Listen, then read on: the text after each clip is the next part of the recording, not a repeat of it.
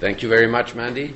And thank you all for coming here tonight. It's really humbling and inspiring to be here right at the epicenter at this particular time where we can literally feel the ground is moving under our feet. So many thanks to Mandy and to the Kenyon Institute for hosting us here tonight. And I suppose I should also direct a special thanks to Prime Minister Netanyahu for being so kind as to giving us the perfect backdrop for a presentation like this. What we like to do tonight here is to introduce the book and to walk you through some of the main elements of the book, of the thinking behind the book, and discuss the implications or possible implications. But first, just two words about ourselves and how this came about. First, who am I to address you here, a European, a Scandinavian, a Swede, by definition a naive innocent when it comes to conflicts, or as the Germans would say, at best, nützliche Idiot, and a useful idiot, that would be in English. And I guess that's a role that we're happy to take at times when it comes to these kind of conflicts.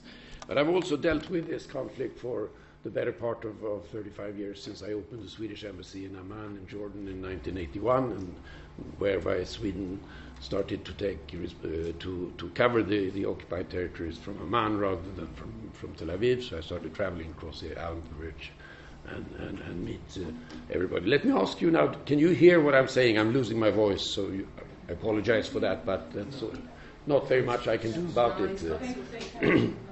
Is it okay at the end? Yes. Fine, thanks. So, no, there is no microphone, I'm afraid. Call back, occupy.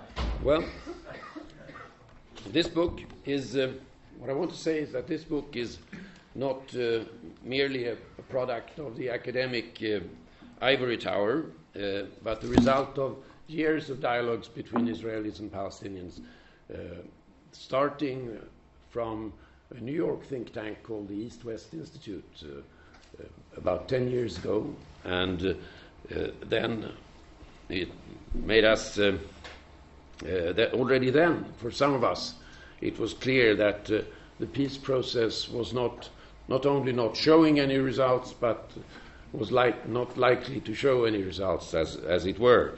A two-state solution based on a 1967 paradigm was not in the cards. Both physically and politically, it did not seem feasible. So it was necessary to try to think out of the box, because the box was broken already then. We had a lot of discussions in various places and did publish some articles, and then this led to Lund University in Sweden taking this up as a research project in 2008. That is why we have the Lund University involved here. Let me see if I can run this now. I suppose no. Well, techniques. Let's see. We have to go backwards through this first. It's ruined. Don't overpress. Don't. Yeah. There you go. There we go. Thanks. So,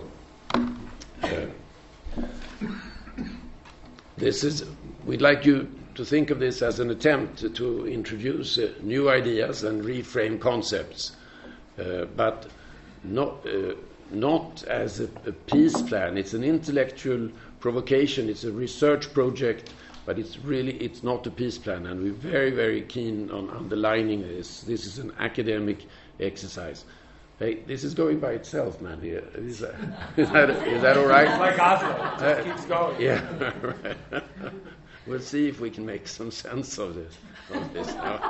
It's difficult enough as it is, you know. It's going in parallel. Yeah. Exactly. Let's see if we can keep this one.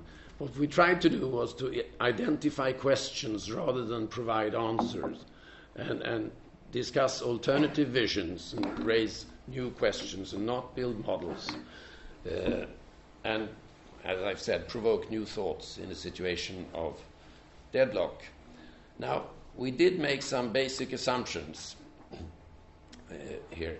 We looked at the academic discussion of the concept of sovereignty and found that there is a global trend in that discussion to see sovereignty more and more as a concept that could be divided. We also saw the role of the nation state losing a lot of its position, with borders becoming more porous and territory no longer being the sole basis for creating wealth. A lot of this is contested, but we could see trends, and we built this in as assumptions. We also had the assumption that the present situation is untenable, leads nowhere, and that's the present situation 10 years ago. Let's see if we can keep it there. Now, the two-state solution, there was little left to share. It was politically difficult, and a one-state solution was not accepted by Israel. And the question we asked ourselves, is there any alternative? And to look at that, we looked at two things. On the one hand, we had to look beyond the traditional negotiation issues such as sovereignty, borders, settlements, refugees, Jerusalem, security. And also, on the other hand, we had to look beyond the 1967 paradigm. If you're looking for end of conflict, you need to also start looking at beginning of conflict, was the basic notion that we had.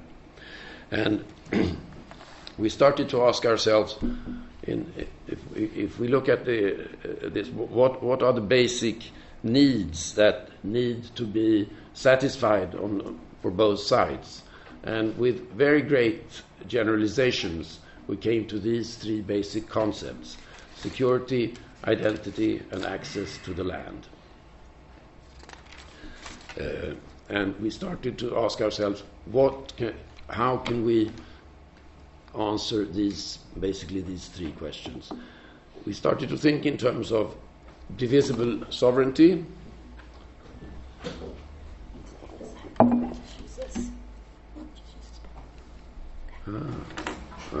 techniques, and started to think in terms of decoupling the link between statehood and territory, asking the question, what if we link the state structure to the individual rather than to the territory? And can you then think in terms of two state structures that would both stretch from the Mediterranean to the Jordan River, sort of superimposed upon each other, with one state structure responding to one people, to the Israeli people, and another state structure responding to another people, to the Palestinian people. That's to say, two parallel state structures, and from there on came the concept parallel states. This would mean, in principle, that you would lift the restrictions and have freedom of movement for persons and goods in the whole area. We'll come to goods. I know Russia has some views on that. And it would also mean that you could introduce a right to settle in the whole territory for everybody living in that area. It would, of course, entail a lot of cooperation between these two state structures, which would be basically as states as we know them, but with less of the state functions that we normally attach to the states, and a lot of cooperation between the structures. In security, obviously, there would have to be a joint external security envelope and a lot of internal security cooperation. Elements of that are already in place today. There would have to be some kind of economic union, maybe in stages, and we'll come back to that, Rasha.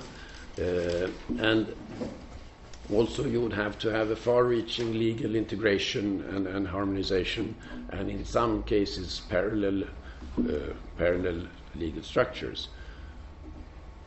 I should use this. So, in such a setup, both sides could be able to keep their national symbols, keep their own heads of state, government and parliament. So it thinks of itself, this one. And could have even two respective foreign policies that would, of course, have to be closely coordinated, but in principle you could have two foreign representations.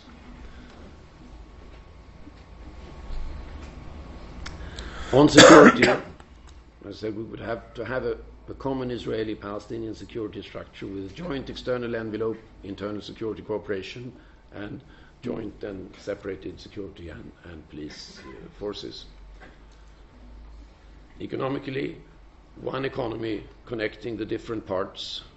There are quite a few different parts to connect in this economic picture, and with the key would have to be to reduce economic imbalance. Maybe a customs union would be a possibility, maybe other trade solutions such as a free trade area, and possibly, in the end, a joint labor market. Legally, you can think, as I said, in terms of both an integrated, harmonized, and parallel jurisdiction. Actually, parallel jurisdiction sounds very strange to modernize, but to modern years. But it's nothing new in history. Throughout the Ottoman Empire, you had in family law parallel legal systems for Jews, Christians, and Muslims. You had during the medieval times in Europe separate legislation, separate jurisdictions for the princes, for the guilds, for the educational systems, and other entities in society that existed side by side. So the lawyers that we've been consulting say that this is nothing new and it is doable.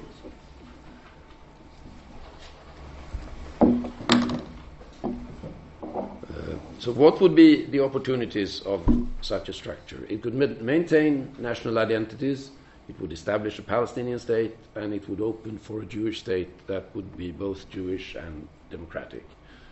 Build upon free movement, address both the right of return and the right to settle, and open up, last but not least, for end of conflict and diffuse the regional situation.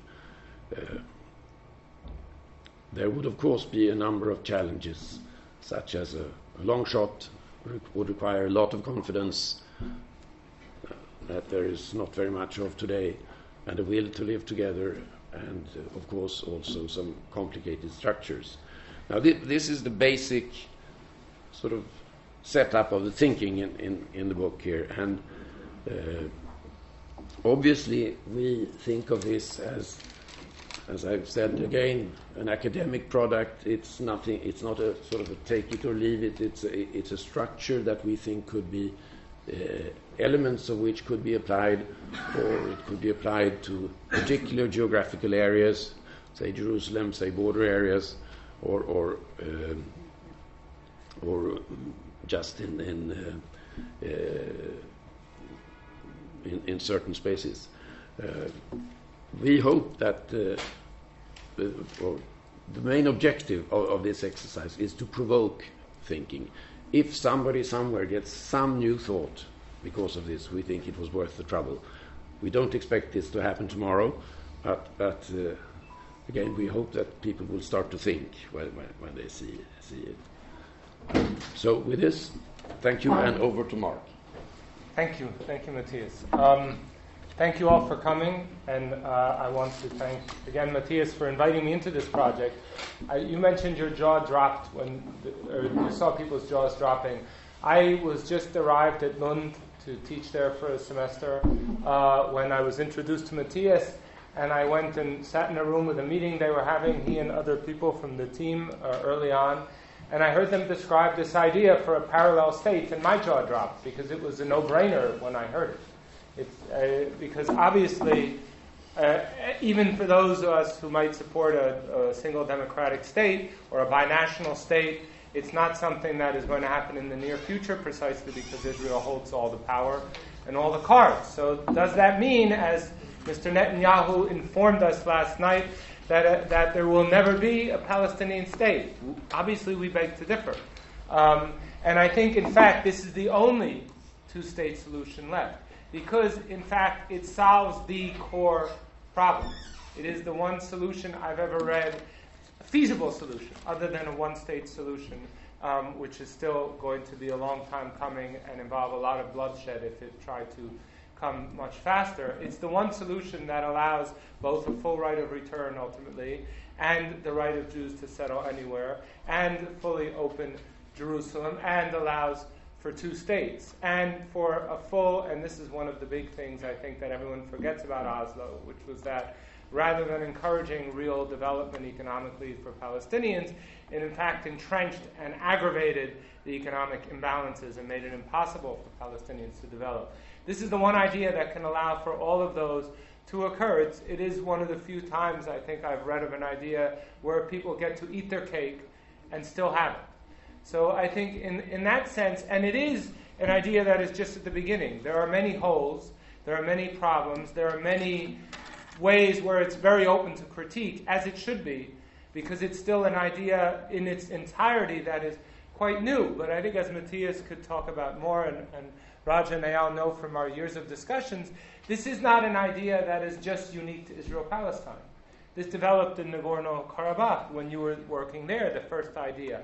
Anyone who sees what's happening in the Ukraine, or if we think of a place like Tibet, or even Western Sahara, or so many places where you have these kind of seemingly or presently zero-sum competitions over land in a situation where you have competing ethno-nationalist claims, then this kind of idea of sharing sovereignty and allowing for a state structure where the individual is tied directly to the state rather than through the control of territory, it does allow for a much more nuanced experience of sovereignty, and one where both sides get to claim the benefits of sovereignty, of keeping their national identity, and in a situation where the other can also have that. And that's really, of course, been the problem here, which is that, and that's the problem of the modern nation state. The modern nation state is, for most of its experiences, an exclusivist enterprise, right? Zionism becomes a militant nationalist movement as early as 1909, according to one of my mentors, Gershon Shafir, a very well-known Israeli sociologist. And it wasn't that because it was evil or because it was this ideology that was destined to be exclusive. It was because when you have competing people in the same small space, competing over resources, over scarce jobs, and over land, eventually it's going to be implicated in a national movement, and that is going to overdetermine everything. And I think that's exactly how it's played out over the last century. So if you're going to solve that, especially in a situation where one side controls 97% of the power and the territory and the economy, you need to figure out a way where both sides can share without the side that has all the power feeling like it's given up too much. And I think this at least is the start for a conversation whereby the side that has all the power, essentially, which is Israel today, can actually imagine itself giving up some of that power, but actually gaining something in return. And that was always the problem I saw being here for 25 years with Oslo, which was that there was never really any reason for Israel to follow through with Oslo. Because, in fact, following through with Oslo and enabling the creation of a viable, economically and territorially viable Palestinian state would cost Israelis more than continuing the occupation in any meaningful metric that I could come up with. So it always made sense that we would wind up right where we are today. And I think that's why most people who saw Oslo critically from the beginning understood at some point we'd be sitting here in the very boat that we're in. So the question that I think is most important, and I think the book is great because we have chapters. We have a section devoted to security issues where we try to really begin to say, okay, in a parallel state scenario, how would security be dealt with on both sides?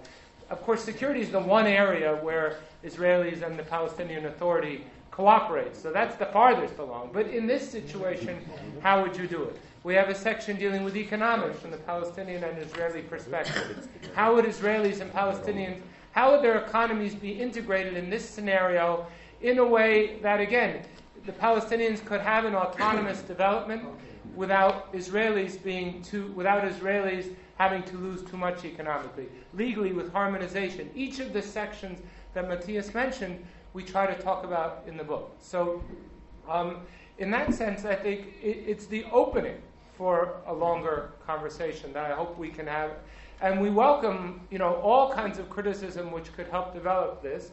And I'll just end by saying what's most interesting is that, I'm just coming from Jenin today, and even in Gaza and other places.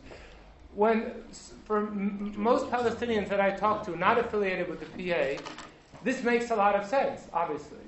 But also, when I've been in talking to settlers or visited some of the most militant settlements like Yizhar or Bracha, or talked to settlers who have no intention of ever leaving the territory, especially the younger ones, the so-called hilltop youth, who have are developing a kind of strange, almost postmodern view of sovereignty. Because if you talk to them, they're like, well, we're not leaving. We don't care who thinks they're running this place. We're just not leaving. This is our land. We don't care. We don't serve in the army so much anymore. We don't respect the Israeli state. We certainly don't respect the Palestinian state. But we don't care about that level. We just want to stay. And so many of the settlers who you think would be most opposed to this actually are the most open to this, right? Because in this scenario, they get to stay. And of course, Palestinians get to return.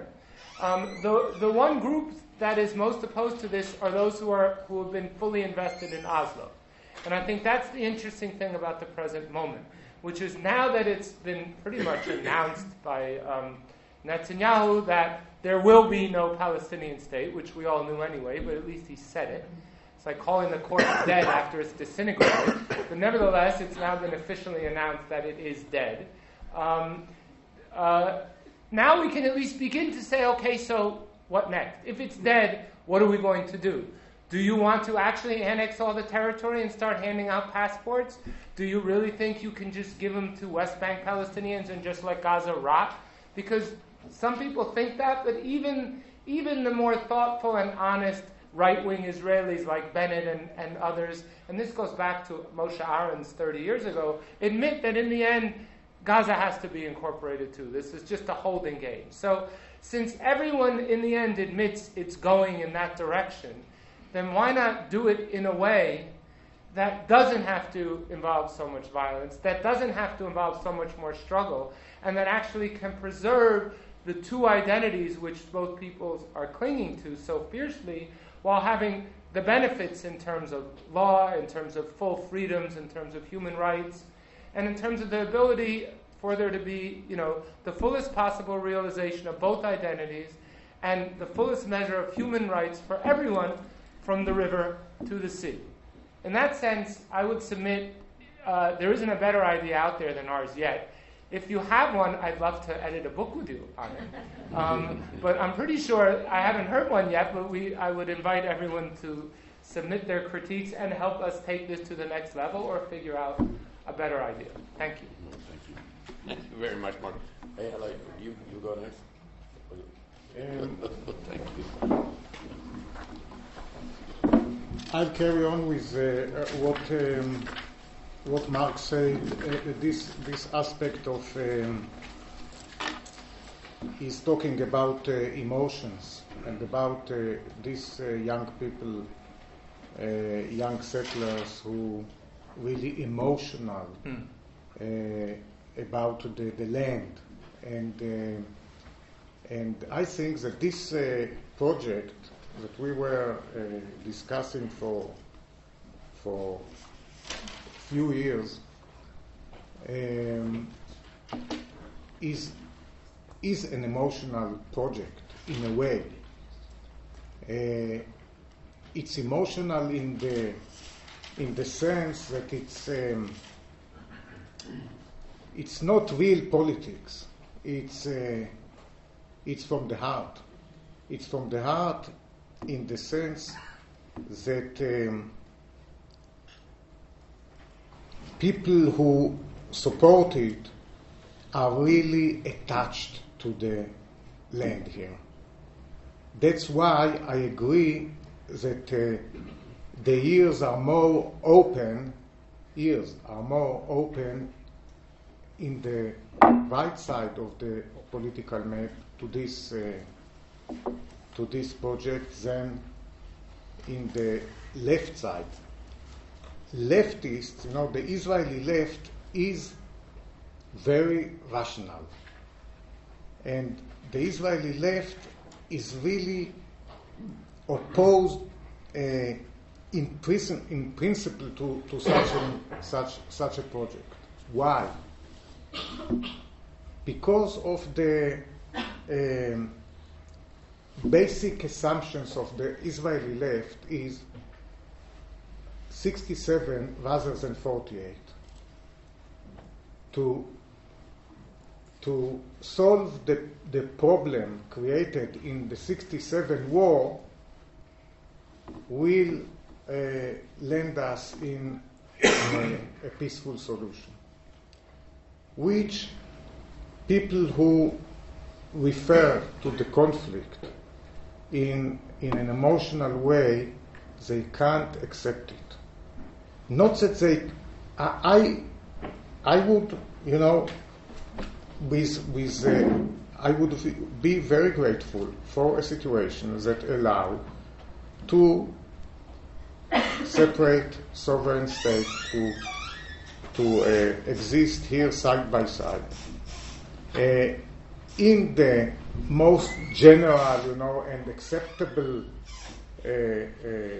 political reality. That this is the only way, this is the only solution that is on the table, as spokesmen for writers, even for example Amos Oz and Aleph Bet Yoshua. For years they say there is only one solution, and this is the solution that is on the table. Take it or leave it. And I'm always surprised that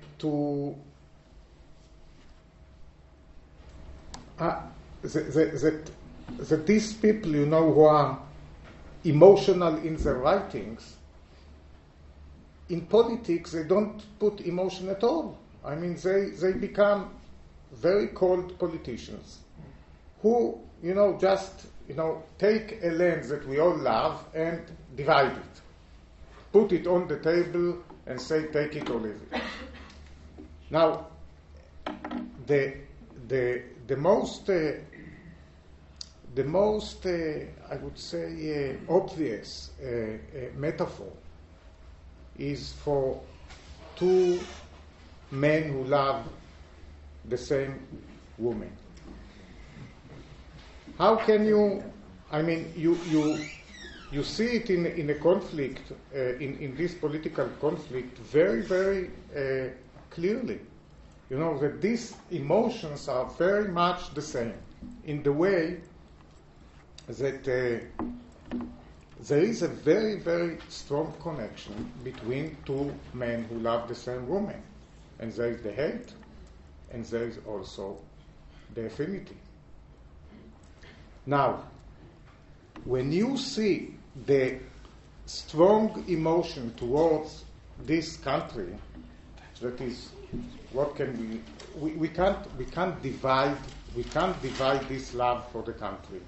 And if you just look at the conflict in this respect, that shows you that this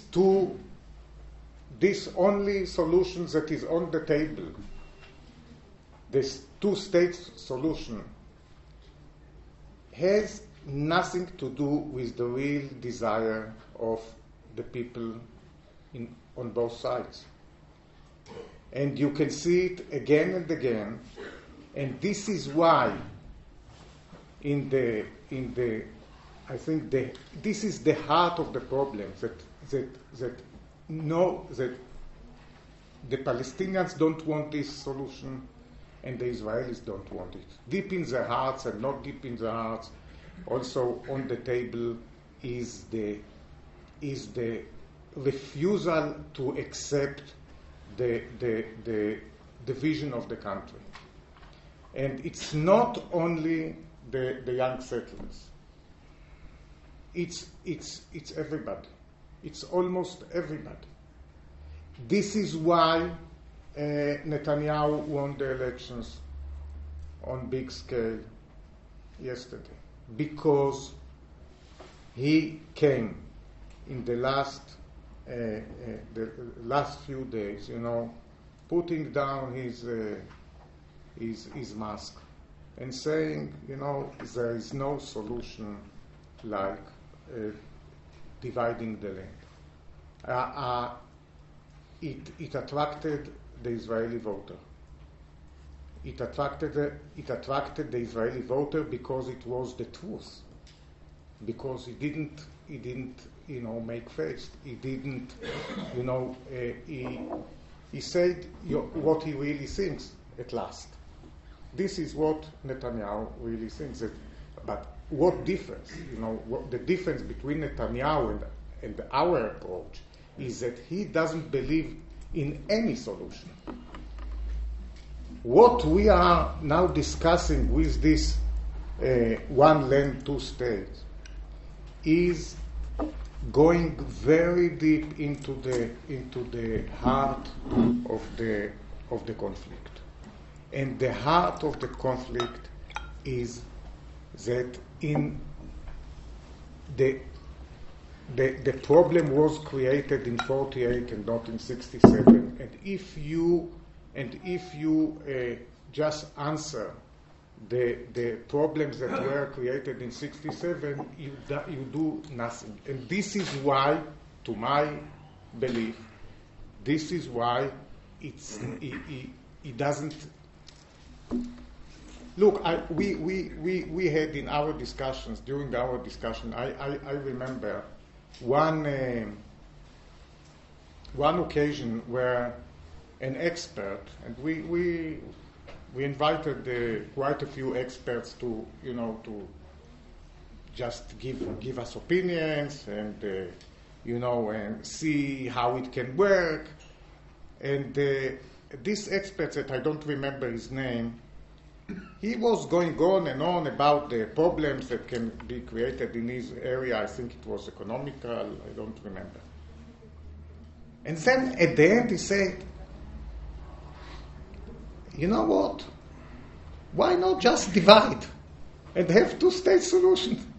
He said, it's so complicated what we are discussing here that I don't understand, we have to just agree to this again, to this solution that is on the table. And this is, again, ignoring the emotional aspect. It's all very nice, to say, look, why should we, leave one inside the other? Why should we just have all this balagan, as we say in Hebrew, such a mess, all this, to make the square round, or the other way around. It's because we are dealing with emotion first and foremost, and that's why this solution is so, and this plan is so delicate and is so attractive, and is so, as I believe, that in the end you will see that this is the most realistic plan. Thank you very much. Good. I'm glad I'm able to sum up here. Look, you've heard from the apostles and the disciples, and now the doubting Thomas, I think, is the No, I've somebody said, Mahmoud, I think, said something about my role is to pour cold water on this whole thing. But that's not, I mean, I never, for me, it was never about emotion. And in fact, it's good Nimrod didn't come, you came instead, because Nimrod would have spoken like me, national security, the political scientist. You spoke from the heart. So for me, as an economist, my involvement, and I want to thank Mathias for guiding us, and Mark for his is always pushing us to believe. Anyhow, but for me I was asked to basically say how a Palestinian view, what sort of a Palestinian view would there be of the economy of the Palestinian and Israeli joint parallel state economy. What are the prerequisites for it to succeed? There was another contribution which you can read in the book, which I'm sure you're going to all run and buy many copies of, by Rafi Bar-El from the University, Beersheba University. So he came up with I think less nuanced, perhaps more traditional version of the Palestinian-Israeli future economic relation than what I tried to do. So let me just quickly as within the 10 minutes or thereabouts that are allotted, make a few very quick general comments, because as I said, I really dealt with it as a technician. But I would say that first, the PSP project, or this scenario of a parallel states solution, I think it sort of tells us its usefulness right now, at least, is that it sort of tells us how what we currently live in, this one-state reality, which is what I think Robert Seri called it, how it could morph over time into a sort of a parallel state arrangement, but very much a unilateral, one-sided one, not a negotiated, not a mutually beneficial one, in the sense that it takes things forward from where we are today on the land and in people's hearts and in people's lives, and sort of extrapolates forward 20 years or so into what this could look like, what things could look like in 20 years, and could be even called a parallel state, but not the sort that we've been trying to examine or advocate in our contributions here. The second thing is that basically for that reason, I think it's really a non-political. I mean, to be honest, it's not and Mandy said a bunch of academics. What was it? Academics and activist scholars. So it is not really a political exercise. It's very divorced from today's realities. I mean, all of you will say, well, this is not going to happen, so where are you guys coming from? But I think that's probably good. And in many ways, it's yet another example of what me and Rima, in another context, have been asked to comment on as solutionism. This industry that has produced for the last 20 years solution after solution after solution for the day after. The economists are guilty. We're all guilty of that. Not the historians. So in some ways, it's a very presumptuous one, because it assumes all sorts of wonderful things, and yet, as Mathias said, it acknowledges itself as such. It admits that this is not a blueprint. This is just concerted free thinking, sort of thinking, as they used to say in the 60s. But that's on the general, and I won't say much more on my comments. I won't leave it to the discussion. But let me just talk a little bit about the economy.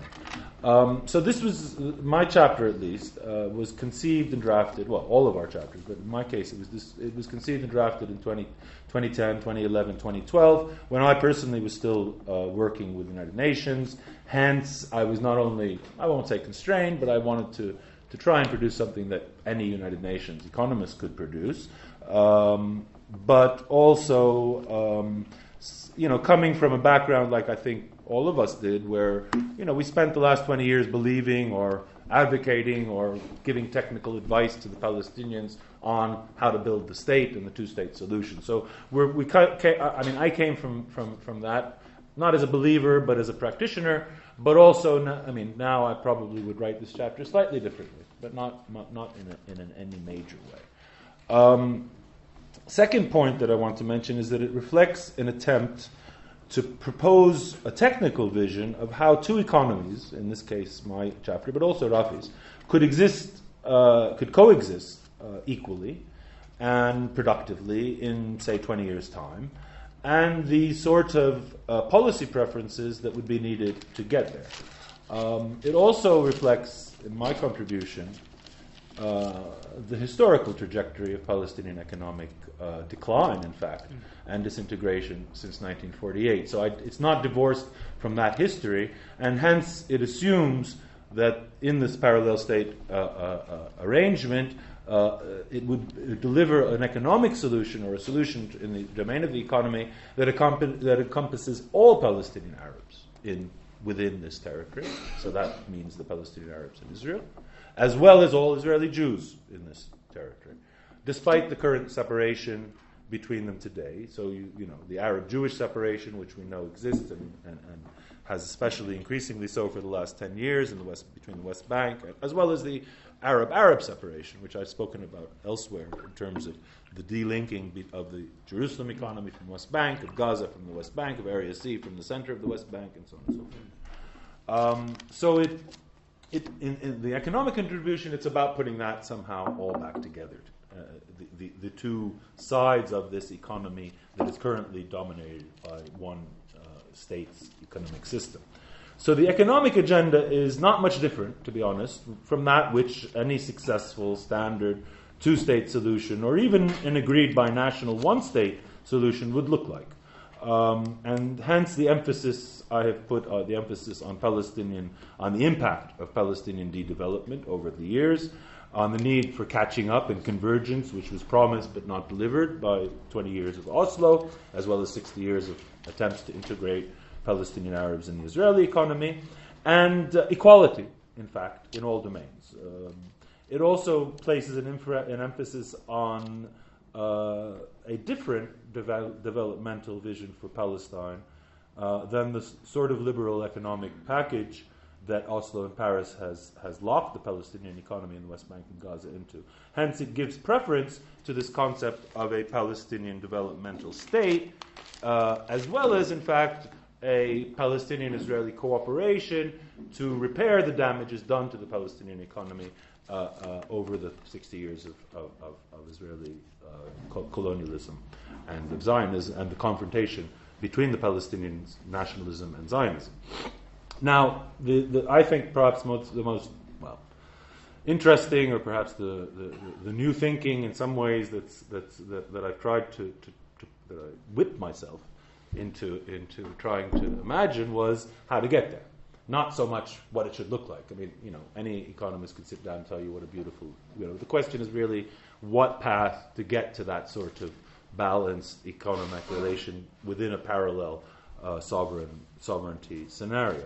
So there's really two simple options. Either you separate completely, totally today, and you keep the option of economic union down the road once the Palestinian economy has built itself, has reestablished its domain, its control, sovereignty over its borders, its control, its sovereignty over its resources, control over its borders, etc.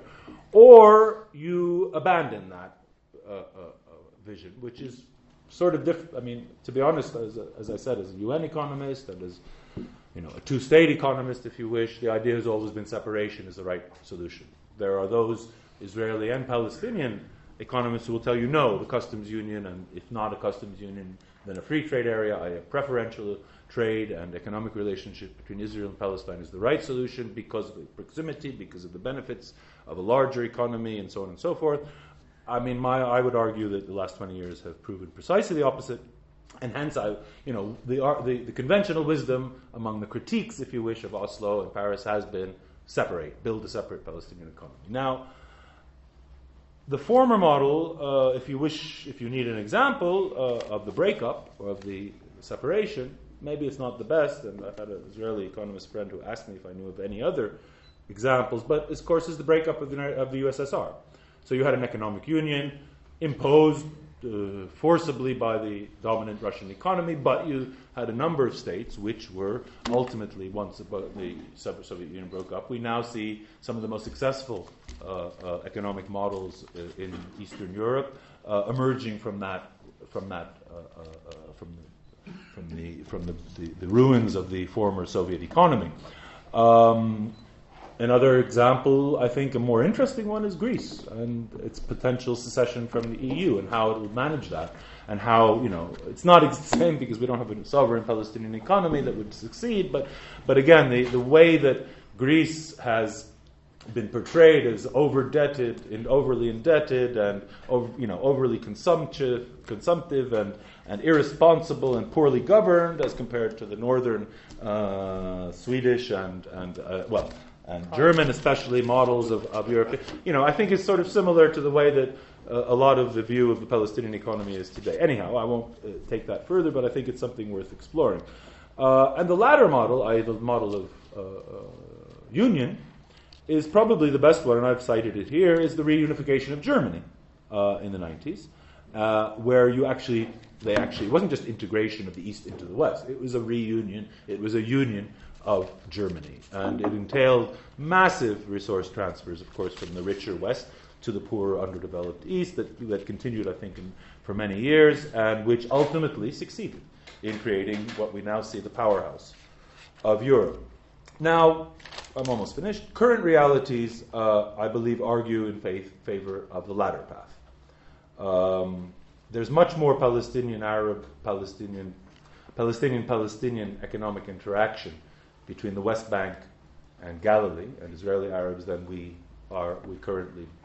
than is recorded and that is currently assumed, which indicates again this sort of relinking of, it's like nerve endings that once were cut and now somehow things have they refound each other, and so you have something like $300 million of merchandise trade exports from the West Bank to Palestinian Arab families coming on a daily, weekly, whatever basis from the north into the north of the West Bank on an annual basis. And it is, I'm told, one of the reasons that there's a new law coming in Israel called the Locker Law, which will restrict cash spending by Israelis to something like 3,000 shekels in cash and then 15,000 shekels by check. It is to do with trying to control this black economy, if you wish, informal economy. And there's a lot more, and let's not forget that, there's a lot more Palestinian-Israeli, both West Bank to Israel, East Jerusalem into Israel, and increasingly among the Arabs in Israel, integration into certain levels of the Israeli economy. I'll give you two examples. Ministry offices, Israeli ministry offices in the north, in all of the Arab areas in the north.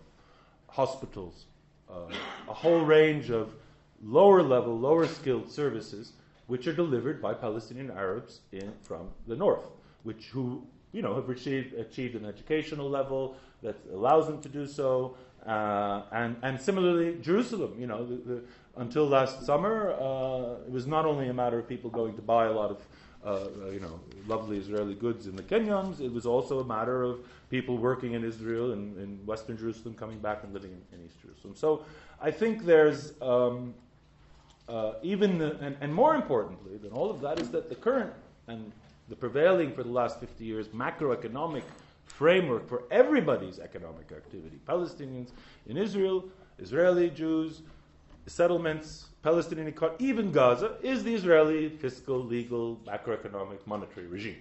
So, my question then is why go backward when it maybe is much closer and more logical and easier to move forward from where we are today. So rather than trying to take apart what appears, after all, to be a very Catholic, if not shotgun, Catholic marriage between the two economies. My final point is my own personal observation, which Rima will hotly contest, that I see that we are increasingly in what I see to be a post-nationalist scenario. So somebody said it, I read it today, we want rights, not land for peace, rights for peace. Now, if that becomes the Palestinian rallying cry, rights for peace, it applies to Palestinian Israelis, it applies to East Jerusalemites, it applies to Gazans and West Bankers. And the question of, as Netanyahu put it when he reputedly supported the idea of a Palestinian state, each will have its flag and its anthem and its I don't know what. The Palestinians have that now. They have an anthem, they have a flag, they have an army, they have a state. It's not in a sovereign state, but they have a state. They have a kayan, an entity, a state-like entity. So nationalism, and I believe, the urge for national self-determination and expression, we have the cultural activity. It's there. I mean, the Palestinians have achieved that. It's not totally free. It's constrained. But it's been, we're at that point. So what next? Are we going to continue seeking a national solution for problems which are largely not national? It's about settler colonialism. It's about capitalism. It's about neoliberalism. Thank you.